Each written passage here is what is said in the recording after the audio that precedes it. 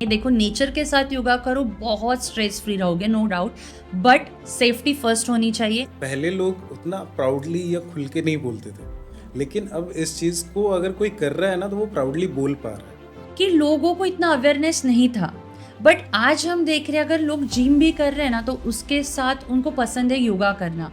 2036 में कुछ ऐसा इंटरेस्टिंग होने वाला है जो कि हमारे प्लेयर्स को नहीं पता है। हाय हेलो नमस्कार, मैं हूं एंकर आलोक और आप देख रहे हैं फ्रेंड्स क्लब पॉडकास्ट।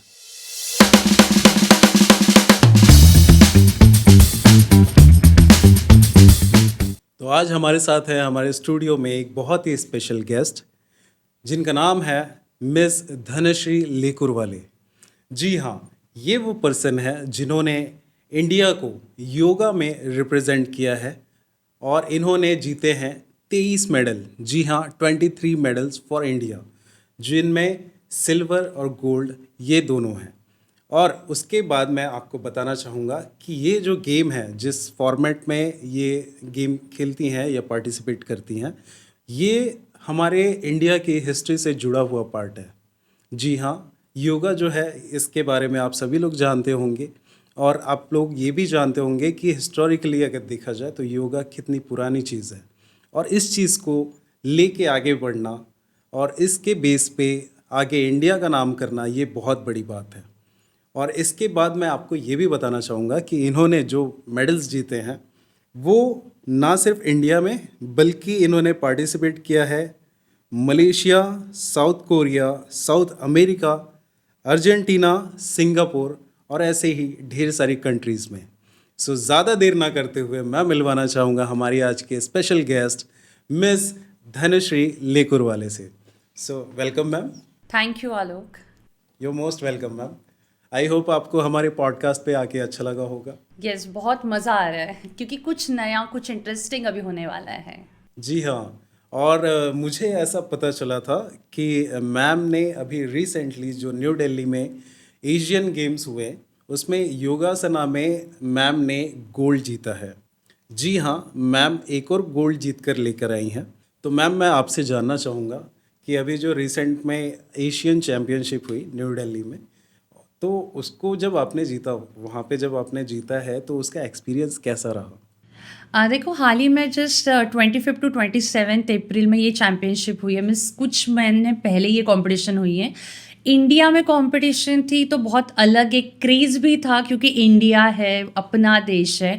तो मैं बोलूँगी इस बार मेरा कॉन्फिडेंस लेवल जो था वो थोड़ा ज़्यादा था, क्योंकि एक होता है जब हम अपने मिट्टी के यहाँ खेलते हैं तो एक अलग मैं बोलूँगी ऑटोमेटिकली हम बहुत ज़्यादा बूस्ट हो जाते हैं, तो एक पॉजिटिविटी ज़्यादा थी। और अब तक 2013 से मैं इंडिया के लिए खेल रही हूँ। मीन्स जैसे 2013 में मैंने खेला था मलेशिया में एशियन चैम्पियनशिप, उसके बाद 2014 था south Korea, 2015 Thailand, 2016 Vietnam, 2017 Singapore, 2018 Argentina south America and 2019 मेरा था साउथ कोरिया। और उसके बाद कोविड के वजह से चैम्पियनशिप हुई नहीं थी और उसके ब्रेक के बाद हमारी चैम्पियनशिप होने वाली थी न्यू दिल्ली में। सो आफ्टर 5 इयर्स ब्रेक आप समझ लो, क्योंकि कोविड में हमारे 2-3 साल तो ऐसे चले गए और उसके बाद फिर से कम बैक करना एक बहुत बड़ी अपॉर्चुनिटी भी थी, एक रिस्पॉन्सिबिलिटी थी और डर भी था, नो डाउट। क्योंकि क्या होता है जब हम कंटिन्यूसली मेडल जीतते हैं तो सबकी नज़रें हमारी तरफ होती है कि क्या अब करेंगे। और जैसे एक होता है कि हम जब एज, क्योंकि एज मैटर बहुत ज़्यादा करता है योगासना में, तो मेरे लिए एक बहुत ये था कि हाँ अब तो एज बढ़ रहा है, क्योंकि एज तो कम नहीं हो रहा है। एज बढ़ने के बाद हमें बहुत सारी फ्लेक्सिबिलिटी, ये सारी चीज़ें जो होती है वो हमारे बॉडी में से थोड़ा कम होती है, नो डाउट। हम हाँ। प्रैक्टिस करते हैं बट एज मैटर करता है। तो उसी के साथ अब तक जो बिफोर कोविड नाम था उसी को रखने के लिए ये बहुत अच्छा एक अपॉर्चुनिटी मिली थी। और देखिए जो अभी हाल ही में हुई है तो उसमें आर्टिस्टिक सिंगल मेरा इवेंट था, उसमें डांस होता है, उसमें योगासना होता है, ऐसे अलग अलग वेरिएशंस वहाँ पे मिलते हैं। एक न्यू फॉर्म ऑफ योगा है ये, आर्टिस्टिक सिंगल योगा। और मुझे सबसे ज़्यादा योगा यही पसंद आता है, आर्टिस्टिक। और मुझे मेरा फेवरेट इवेंट मिला था। और मैं बोलती हूँ जो चीज़ आपको बहुत ज़्यादा पसंद आती है ना, तो आप उसमें 100% देते हो। तो मेरे साथ भी ऐसे होता कि इतने सारे इवेंट थे, 8 to 10 इवेंट्स थे, बट उसमें मेरा सिलेक्शन मेरे फेवरेट इवेंट में हो गया था। तो बहुत गोल्डन की मेरे हाथ में आ गई थी। और फिर ये पता था कि बस अब तो गोल्ड इंडिया में कंपटीशन है और इंडिया के लिए गोल्ड तो जीतना है। तो एक बहुत अच्छा एक्सपीरियंस मेरा इस बार का था। ओके। एंड उसमें आपने एक चीज़ बताया कि जैसे जो फॉर्मेट है वो सबसे पसंदीदा फॉर्मेट मिला आप। यस, जो मेरा इवेंट था वो बहुत ज़्यादा मेरा फेवरेट एंड था। आई थिंक मुझे जैसा पता चला कि उसमें शायद एक पार्ट था जिसमें आपने शिव तांडव पे आपने परफॉर्मेंस दी थी विद योगा। एंड शायद आई थिंक वो भी उसी कंपटीशन का हिस्सा था, राइट? जी जी जी। तो वो कैसा था? शिव तांडव अगर देखा जाए तो बहुत ऐसे क्रोधित है। हम शिवा को जब देखते हैं, जब वो तांडव करते हैं तो वो क्रोध से होता है। ये या इट्स एग्रेसिव। यस, एग्रेसिव की हम अगर बात करें तो डेफिनेटली अगर जो थीम है योगा में, अब ऐसे कि जो थीम आपने रखी है तो उसको हमने फॉलो भी करना है।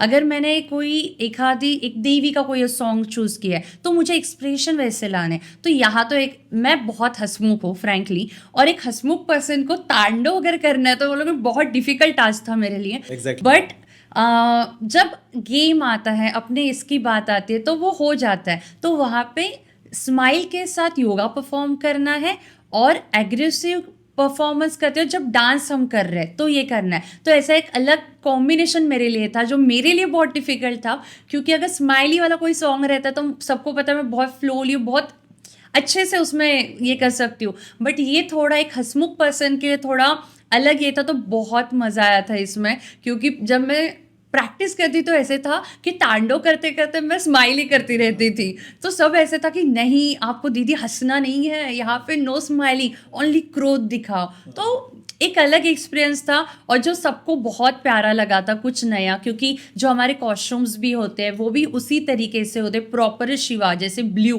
तो मेरा कॉस्ट्यूम आपने सबने देखा होगा, तो एक ब्लू वो था। शिव का जो कॉस्ट्यूम होता है वैसे उसमें जो उनके इसमें होता है तो वो थोड़ा कहीं ना कहीं हमारा कॉम्बिनेशन होता है। तो एक मज़ा आता है वो देखते वक्त। प्रॉपरली हम यहाँ पे आग बनाते, थर्ड आई जो है, Third eye. तो अलग अलग चीज़ें वो वहाँ पे करने को मिलती है। तो एक बहुत अलग मज़ा भी आया। बट एक एग्रेसिव परफॉर्मेंस करना मेरे लिए थोड़ा हेक्टिक था। बट वो वहाँ नया एक्सपीरियंस रहा। बहुत नया एक्सपीरियंस था, और उसमें जाके मेडल जीतना ये मेरे लिए बहुत बड़ी अपॉर्चुनिटी थी। तो यहाँ पे कहीं ना कहीं टास्क ये था कि योगा जो है एक काम और शांत चीज़ है, यस। और on the other side Shiv Tandav is very aggressive part. तो वो दोनों को मिक्सअप करके और बैलेंस करके दोनों को फिर उसके बाद परफॉर्मेंस देनी थी आपको, है ना? जी जी। और फिर उसके बाद में आपने गोल्ड जीत ही लिया।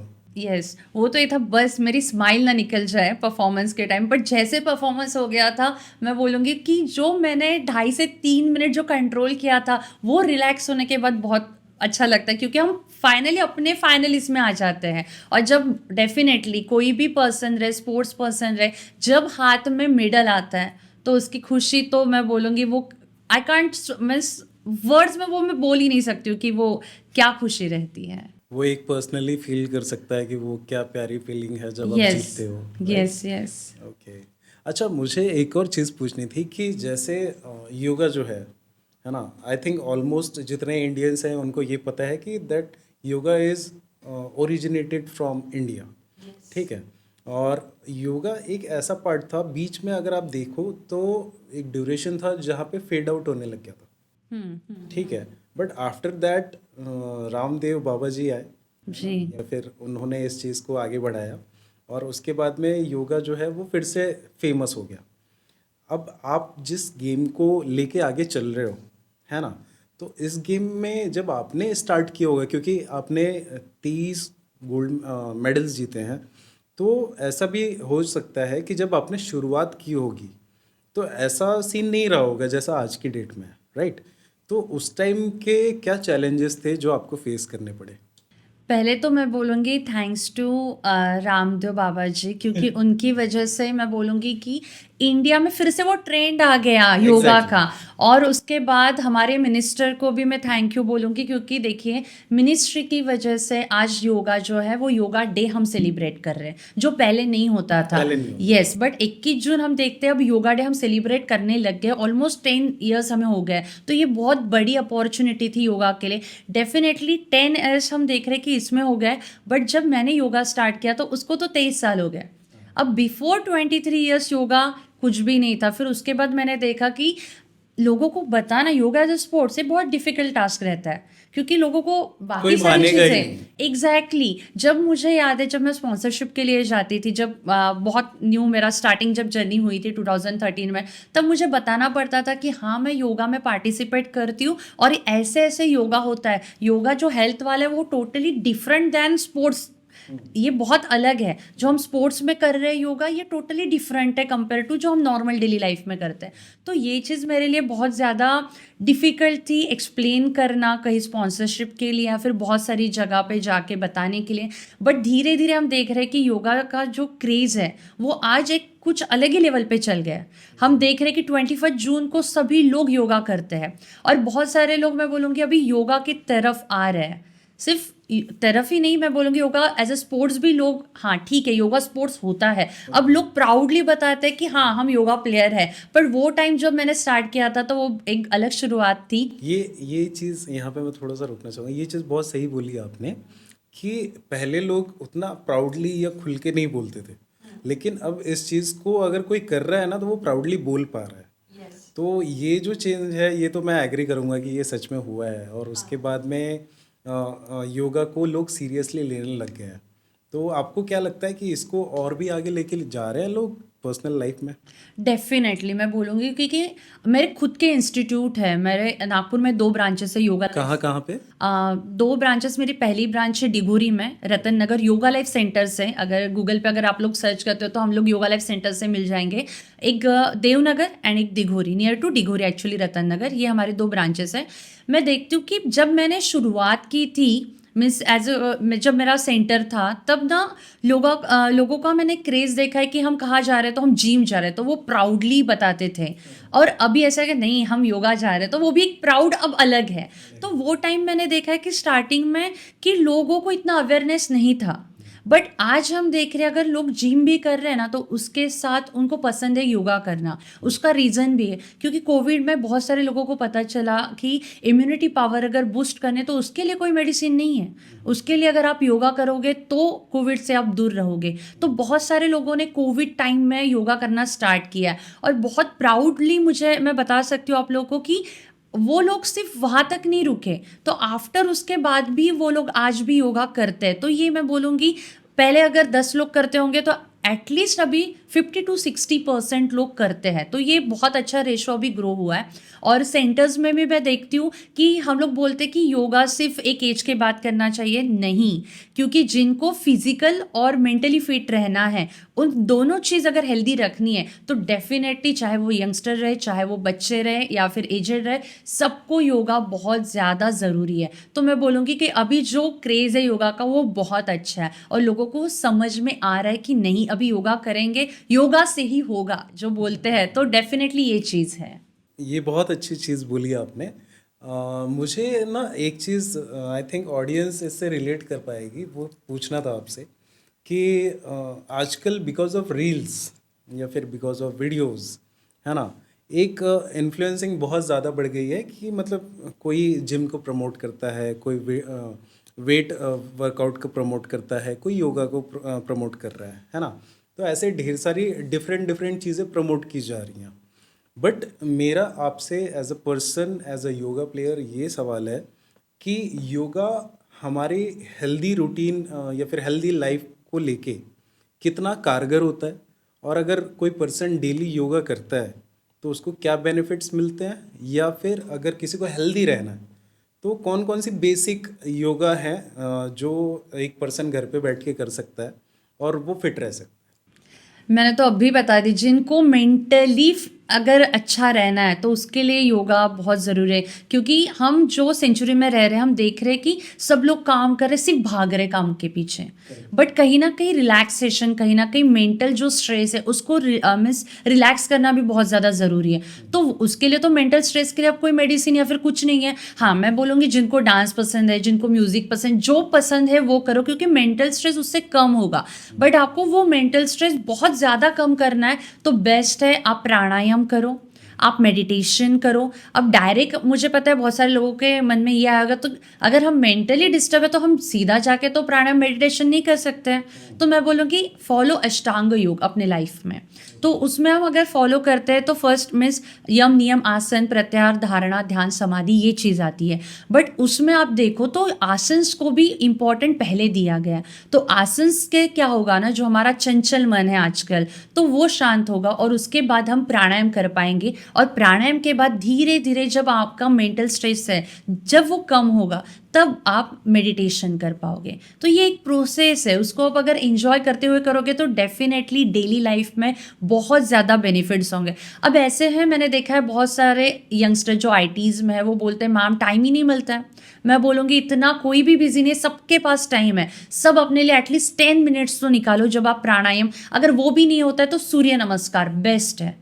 क्योंकि हम देखते हैं सूर्य नमस्कार में जो 12 पोज है तो उसमें हमारी पूरी बॉडी जो है उसमें आप फ्लेक्सिबिलिटी भी आएगी और आपको रिलैक्स भी मिलेगा। तो बेस्ट है, अगर टाइम बिल्कुल भी नहीं है तो 12 सूर्य नमस्कार कर लो और थोड़े प्राणायाम कर लो। तो उसमें सबसे बेस्ट है मैं बोलूँगी अनुलोम विलोम, ये करो, उससे हम मेंटल जो स्ट्रेस है वो कम होने में बहुत हेल्प होता है। तो ऐसे ढेर सारे प्राणायाम हैं। और जैसे आपने बोला कि रील्स में हम देख रहे हैं, तो मैं बोलूँगी देखो आप पर्सनली कहीं स्टूडियो में जाके करना और कहीं से जस्ट यूट्यूब या फिर कहीं रील से देखना, ये बहुत अलग चीज़ होती है। क्योंकि जो आपको दिखाई दे रहा है उनको नहीं पता कि आपको क्या क्या बीमारी है, क्योंकि योगा में बीमारियां भी बहुत मैटर करती है, उससे भी आप रिलीज कर सकते हो अगर आप डेली योगा करोगे तो उसके लिए मैं बोलूँगी स्पेशल कहीं पर भी आपके आजू बाजू में या फिर ऑनलाइन सेशंस भी अब सब जगह होने लग गए हैं, तो आप वहाँ पे प्रॉपरली योगा स्टूडियो ज्वाइन करो। तो उससे क्या होगा ना, आपको बेनिफिट ज़्यादा होगा। जो अब हम देखते हैं, हम कभी कभी ऐसे होता है कि कभी देख के कर रहे हैं मसल पुल हो जाती है, हाँ। है ना, तो वो टाइम पे तो कोई आके हमारा नहीं कर देगा ना, तो वो प्रॉपर मसल को रिलैक्स नहीं करेगा। तो उसके लिए हमारा क्या है ना कि बेस्ट वे स्टूडियो में जाओ, डेली लाइफ में योगा करो, मेंटल स्ट्रेस है वो डेफिनेटली कम हो जाएगा। ओके। और एक बेसिक सी चीज़ पूछनी है इसी से रिलेटेड, कि अगर कोई योगा करना चाहता है या सीखना चाहता है तो उसे कितने स्पेस की ज़रूरत है? आप देखो घर पे एक मैट डाल दो, योगा आप कर सकते हो। मुझे नहीं लगता कि बहुत ज़रूरत की बहुत बड़ी ये है कि बहुत बड़ी रूम है तो जाके हम करेंगे, बिल्कुल भी नहीं। अपनी योगा मैट जहाँ चाहे वहाँ डाल दो। जैसे मुझे नेचर के साथ करना योगा बहुत पसंद है, तो मेरी मैट तो मेरे कार में रहती है और मैं जहाँ चाहूँ वहाँ अपनी मैट डाल के योगा करती हूँ। ओके, इसी से रिलेटेड मैं एक सवाल और पूछना चाहता हूँ आपसे, कि जब मैंने आपकी प्रोफाइल देखी तो उसमें मुझे कुछ वीडियोस ऐसे दिखे कि जिसमें आप पहाड़ों के ऊपर हैं या फिर ऐसी चोटियों पे हैं जहाँ पे आपने कुछ योगासन किए हुए हैं, जो कि मुझे बहुत रिस्की लगे। और वो देख के ऐसा मतलब मुझे डर लगा कि यार अगर यहाँ पे पैर स्लिप हो जाता तो क्या होता। हाँ, तो आपने जब वो आसन वगैरह वहाँ पे उतने उस लेवल पे जाके किया है तो आपको डर नहीं लगा था देखिए अगर मैं कि यहाँ से अगर वो कुछ हो गया तो मेरे को इंजरी हो जाएगी? नहीं नहीं नहीं, देखो मैं तो सबको बोलूँगी आप रील्स बनाओ कुछ भी, बट अपनी सेफ्टी सबसे इम्पॉर्टेंट है। जो मैं देख रही हूँ कि आजकल लोग रास्ते पे आके अपना मोबाइल स्टार्ट कर देते हैं या फिर रील्स बनाना स्टार्ट करते हैं। हम ऐसा नहीं करते। अगर आप लोग हमें आइडियल मानते हो तो डेफिनेटली बहुत सारे लोग हमसे सीखते हैं।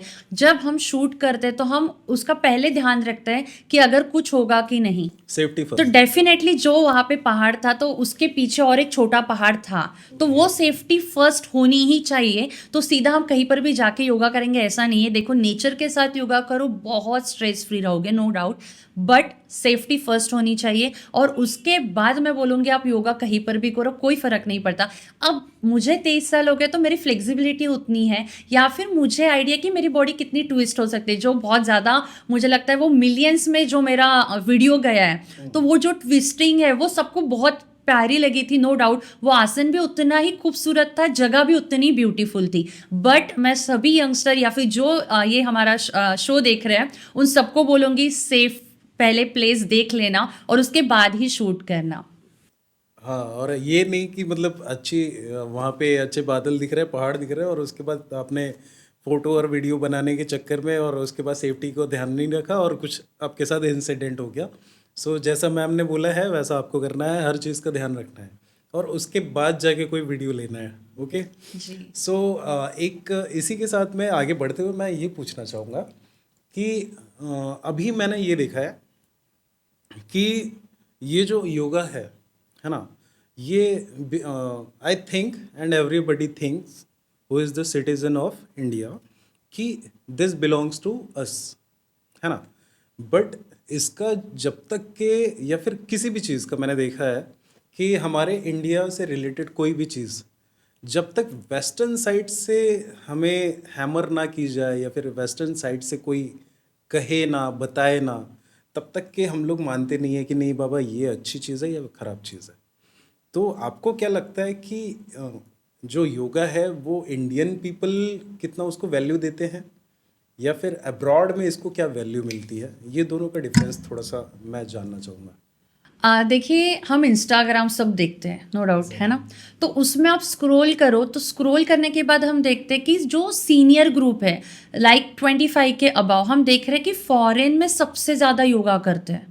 वहाँ पे कुछ कुछ कंट्री तो ऐसे कि हर गली में योगा है, ऐसे टाइप। जैसे हमारे यहाँ पे ऋषिकेश है, तो वहाँ पे ऐसे भी बहुत सारी कंट्रीज है जहाँ देखा जाता है कि बहुत ज़्यादा योगा फॉलो किया जाता है। बट हाँ, ये चीज़ बहुत मीन्स बहुत बुरी लगती है कि पहले वो बाहर से मीन्स अपनी ही चीज़ है, बट बाहर जब प्रचलित होती है तो जाके यहाँ पे उसको बहुत ज़्यादा वैल्यू मिलती है। ये बहुत गलत लगता है, क्योंकि अपने यहाँ पे मैं देखती हूँ कि बहुत अच्छे प्लेयर्स है, बहुत अच्छे लोग योगा करते हैं, जो कुछ है। बट फॉरेन में मैंने देखा है कि सीनियर्स में सबसे ज़्यादा लोग योगा करते हैं। छोटे बच्चों से भी, वो आपने देखा होगा कि ओलंपिक्स में सबसे ज़्यादा मेडल अमेरिका वगैरह, चीन, जिम्नास्टिक वगैरह उनके में ही आते हैं।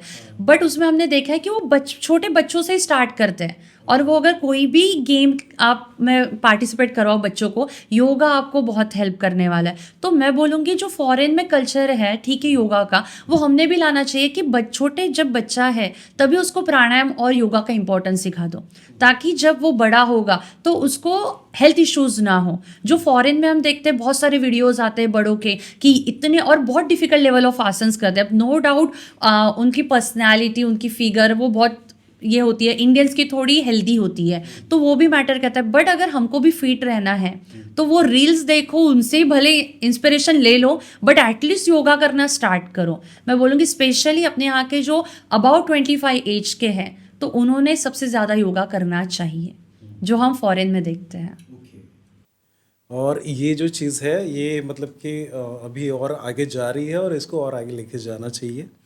और एक और चीज़ मैं आपसे ये कहना चाहूँगा, क्योंकि अभी रिसेंटली 15 अगस्त था और हमने स्वतंत्रता दिवस मनाया, तो मैं आपके थ्रू ये चाहूँगा कि जो आर्मी पर्सनल्स और जो फौज के जवान हमें अगर देख रहे हैं, तो उनको किस तरीके से या फिर कौन सी योगासन है या फिर एक्सरसाइजेज हैं जो करके वो खुद को फिट रख सकते हैं एट हाई एल्टीट्यूड। मैं बोलूँगी, देखिए, पहले तो थैंक यू उन लोगों को, क्योंकि उनकी वजह से आज हम इतना सेफ हैं। और उनको मैं बोलूँगी आप प्राणायाम करो सबसे ज़्यादा, क्योंकि वहाँ स्टेबल रहना बहुत ज़्यादा ज़रूरी होता है। तो वो चीज़ के लिए मैं बोलूँगी प्राणायाम सबसे बेस्ट है। और डेफिनेटली आर्मी पर्सन है तो मैं बोलूँगी कि फिटनेस का तो उनको देखना ही नहीं है, क्योंकि वो ऑलरेडी बहुत फिट है, तो जाके हम उन्हीं के वजह से, उनके भरोसे हम इतने सेफली घर पे हैं, तो वो फिट तो होते हैं। सिर्फ मैं बोलूँगी कि रिलैक्स माइंड रहना वो समय में, तो ऐसे टाइम के लिए प्राणायाम उनको बहुत हेल्प करेगा। तो प्राणायाम मैं बोलूँगी आप बहुत सारा प्राणायाम करो, ताकि आप थोड़ा मेंटल फ्री रहो, मेंटल स्ट्रेस जो होता है वो फ्री रहे, तो उसके लिए प्राणायाम उनको मैं सजेस्ट करूँगी। अच्छा, अभी एक थोड़ा सा कंट्रोवर्शियल नहीं बोलूँगा मैं, बट एक रियल लाइफ इंसिडेंट मैं आपसे पूछना चाहूँगा कि कभी, क्योंकि आपने बहुत सारी कंट्रीज़ में पार्टिसिपेट किया और इंडिया को रिप्रेजेंट किया, तो जैसा कि हमने बहुत सारी मूवीज़ में देखा है या फिर कुछ स्टोरीज हमने भी सुनी है। तो मुझे आपसे ये पूछना था कि कभी आपके साथ में ऐसा कोई इंसिडेंट हुआ क्या कि आप किसी कंट्री में गए हो इंडिया को रिप्रेजेंट करने के लिए, एंड वहाँ पे आपको या तो दबाया गया हो या फिर ह्यूमिलिएट किया गया हो जस्ट बिकॉज आप इंडियन हो? नहीं, ये एक्सपीरियंस मुझे नहीं आया है। मुझे मैं जहाँ-जहाँ गई हूँ ढेर सारा प्यार ही मिला है। तो मैं इस क्वेश्चन में आंसर नहीं दे पाऊँगी क्योंकि मुझे हर जगह से प्यार ही मिला है। ओके, तो आगे बढ़ते हुए मैं आपसे ये पूछना चाहूँगा कि जैसे हमारे इंडिया में बहुत सारे प्लेयर्स हैं, ठीक है, बट पहले क्या होता था कि स्पोर्ट्स को घर से लेके बाहर तक के सपोर्ट नहीं मिलता था, ठीक है। एक जो एरा रहा है सचिन तेंदुलकर के टाइम वाला, फिर उसके बाद में धीरे धीरे चीज़ें आई जब धोनी आए, हाँ, और उसके बाद में माहौल धीरे धीरे चेंज हुआ। तो इट वाज मतलब जो एग्जांपल दिया वो क्रिकेट का दिया मैंने, ठीक है, बट ऐसा ही हर स्पोर्ट्स के साथ में हुआ है। तो आपको क्या लगता है कि गवर्नमेंट जो है वो प्लेयर्स को लेके या स्पोर्ट्स को लेके पहले कितनी सपोर्टिव थी और अभी कितनी सपोर्टिव है? देखिए 23 साल या फिर 2013 से अगर मैं बोलूँ तो वो टाइम इतना सपोर्ट नहीं मिलता था। बट अभी हम देखते हैं कि इतने अच्छे अच्छे प्लेयर्स हैं तो स्कॉलरशिप रहे या फिर जो कुछ उनको कैश अमाउंट जो कुछ मिलते हैं, क्योंकि देखिए कोई प्लेयर अगर खेलता है तो उसको भी थोड़ा सपोर्ट बहुत ज़रूरी होता है। अब हम देख रहे हैं कि इतने अच्छे अच्छे प्लेयर्स हैं, बट पहले क्या होता था ना, प्लेयर खेलता था बट उसको गवर्नमेंट जॉब नहीं थी या फिर उसको कैश अवार्ड्स नहीं मिलते थे। तो बहुत सारे प्लेयर्स हमारे इवन नागपुर में हम देख रहे हैं कि अच्छे अच्छे प्लेयर्स जो पोहा का स्टॉल डाल के रहते थे, जिनको छत्रपति अवार्ड है, वो लोग भी हमने देखा है नागपुर में कि वो पोहा स्टॉल या फिर चाय का स्टॉल ऐसे डाल रहे हैं। क्यों? क्योंकि उनकी फाइनेंशियल कंडीशन जो है वो इतनी अच्छी नहीं थी। बट अभी मुझे बहुत अच्छा लगता है या फिर बहुत अच्छा बताने में प्राउड लग रहा है कि पहले जो सिचुएशन थी वो अब नहीं है। अब बहुत अच्छा सपोर्ट गवर्नमेंट कर रही है स्पोर्ट्स पर्सन को। जैसे फॉर एग्जांपल मैं अपना खुद का ही दे रही हूँ। अभी जो मैं दिल्ली में आई हूँ तो दिल्ली में भी क्या था कि आने जाने का एक प्लेयर का खर्चा, इवन फ्लाइट टिकट्स, आपका 5 स्टार होटल में रहना, ये सारी चीज़ें गवर्नमेंट कर रही है। क्योंकि इंडिया के लिए अगर प्लेयर ने कुछ किया है तो 15 अगस्त में दिल्ली में जाने का एक अवसर भी गवर्नमेंट प्लेयर्स को दे रही है, और वो भी एक बहुत अच्छी अपॉर्चुनिटी है क्योंकि वो अब तक नहीं मिलती थी।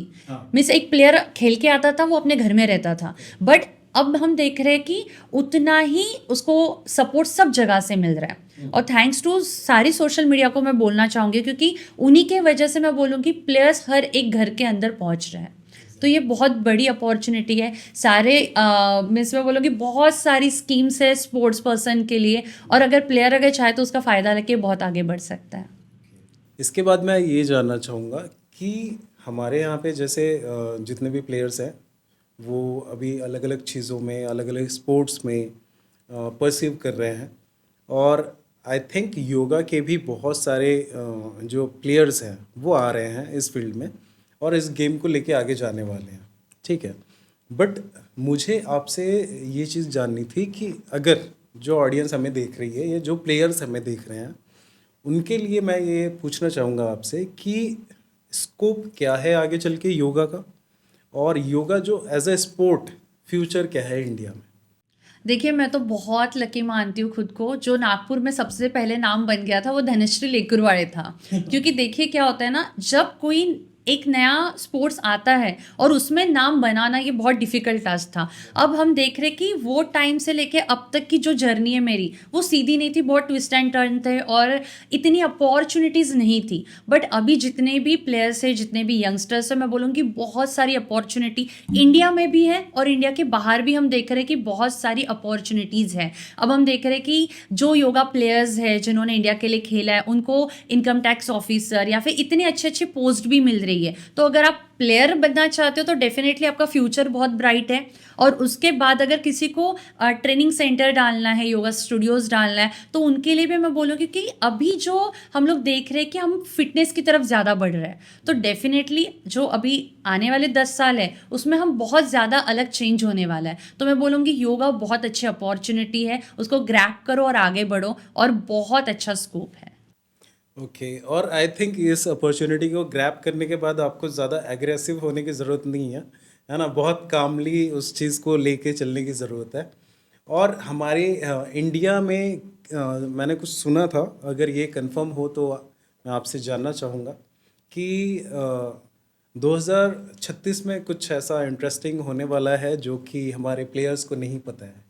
जी 2036 में फर्स्ट टाइम ओलंपिक्स में योगा आने वाला है, तो ये बहुत बड़ी अपॉर्चुनिटी है और मैं बोलूँगी इंडिया का ही गेम है और फर्स्ट टाइम इसलिए इंडिया में ही शुरुआत होने वाली है, तो एक बहुत ग्रैंड सेलिब्रेशन उसका होने वाला है। तो 2036 की मैं बोलूँगी ओलंपिक्स के ऊपर सब लोग फोकस करो क्योंकि वो इंडिया में होने वाला है। और इंडिया में कहाँ पे होने वाला है ये? ये गुजरात में होने वाला है। Okay okay. सो जितने भी प्लेयर्स हैं तैयारी रखो ओलंपिक की, और ओलंपिक जो है 2036 में कहाँ पे हो रहा है? गुजरात में और इंडिया में, और वहाँ पे इस बार योगा भी रहने वाला है। Yes. Okay. So I hope आपको हमारे स्टूडियो पे आके बहुत अच्छा लगा होगा, and we had a great conversation. और ऑडियंस, आई थिंक आप लोगों को बहुत सारी चीज़ें सीखने को मिली होंगी और आप लोग को बहुत अच्छा लगा होगा ये पॉडकास्ट। सो एक काफ़ी लंबे टाइम के बाद मैं ये स्पेशल पॉडकास्ट आप लोग के लिए लेकर आ पाया, तो मैं चाहूँगा कि आप लोग इसको ढेर सारा प्यार दें, and please do like, share, subscribe. और इसकी जो रील्स हमारी ऑफिशियल इंस्टाग्राम पेज पे जाती हैं, आप उसको जितना शेयर करना चाहे करें, और हमारे जो यूट्यूब के जो वीडियोस हैं इसको जितना ज़्यादा आप शेयर करोगे उतना ज़्यादा अच्छा है, क्योंकि इसमें वो इन्फॉर्मेशन है जो आप हर किसी घर में पहुंचाना चाहोगे, और आई थिंक हर किसी के काम की चीज़ है ये। सो ज़्यादा देर ना करते हुए मैं वाइंड अप करना चाहूँगा, बट उसके पहले मैं 2 लाइनें आपसे शेयर करना चाहूँगा कि दोस्तों, ज़िंदगी में मिलने की फरियाद करते रहना। दोस्तों, ज़िंदगी में मिलने की फरियाद करते रहना, और अगर ना मिल सके तो कम से कम याद करते रहना। This is anchor Alok signing off. Thank you.